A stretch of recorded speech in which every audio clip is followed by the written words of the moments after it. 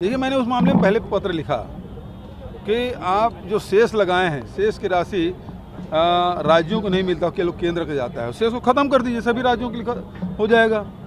दूसरी बात ये है कि वेट है वो अलग अलग राज्यों में अलग अलग है, तो हम अपने सीमावर्ती राज्यों में जितना पेट्रोल डीजल की कीमत होगी उसके हिसाब से हम लोग, चाहे उड़ीसा हो, चाहे झारखंड हो, मध्य प्रदेश हो, महाराष्ट्र हो, इसका अध्ययन करके हम लोग कम, पिछले समय भी कम किए थे, उससे समतुल्य किए थे।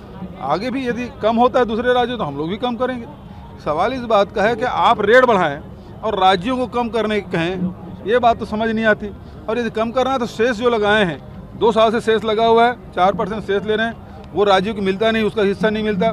42% एक्साइज ड्यूटी तो राज्यों को देते हैं, ये प्रधानमंत्री जी ने कहा, लेकिन आंकड़े बताते हैं कि कभी आपने एक्साइज ड्यूटी जो 42% राज्यों को देना है वो पूरा नहीं दिया।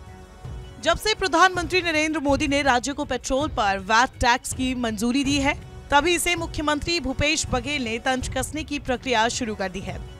छत्तीसगढ़ विधानसभा में संवाददाताओं से चर्चा के दौरान मुख्यमंत्री भूपेश बघेल ने कहा, प्रधानमंत्री मोदी कोरोना की बैठक ले रहे थे, अचानक ही वे पेट्रोल डीजल की बात करने लगे। मुख्यमंत्री ने कहा, सेंट्रल गवर्नमेंट एक्साइज ड्यूटी लगाती है, लेकिन अब इन्होंने सेस लगा दिया। इसका पूरा पैसा सेंट्रल गवर्नमेंट को मिलता है, राज्य सरकारों को नहीं। राज्य सरकारों का हक मारा गया है। प्रधानमंत्री नरेंद्र मोदी को आड़े हाथों लेते हुए मुख्यमंत्री बघेल ने उनके जनहित के फैसले का खंडन करते हुए तंज कसा।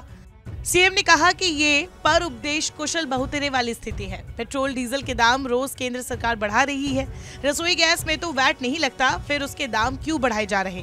खाने के तेल की कीमतें क्यों बढ़ रही है? क्योंकि उन्होंने कहा, केंद्र सरकार और प्रधानमंत्री देश के लोगों को बहकाने और झांसा देने की कोशिश कर रहे हैं। दरअसल छत्तीसगढ़ में पेट्रोलियम पदार्थों पर वैट की दर अन्य राज्यों से कम है।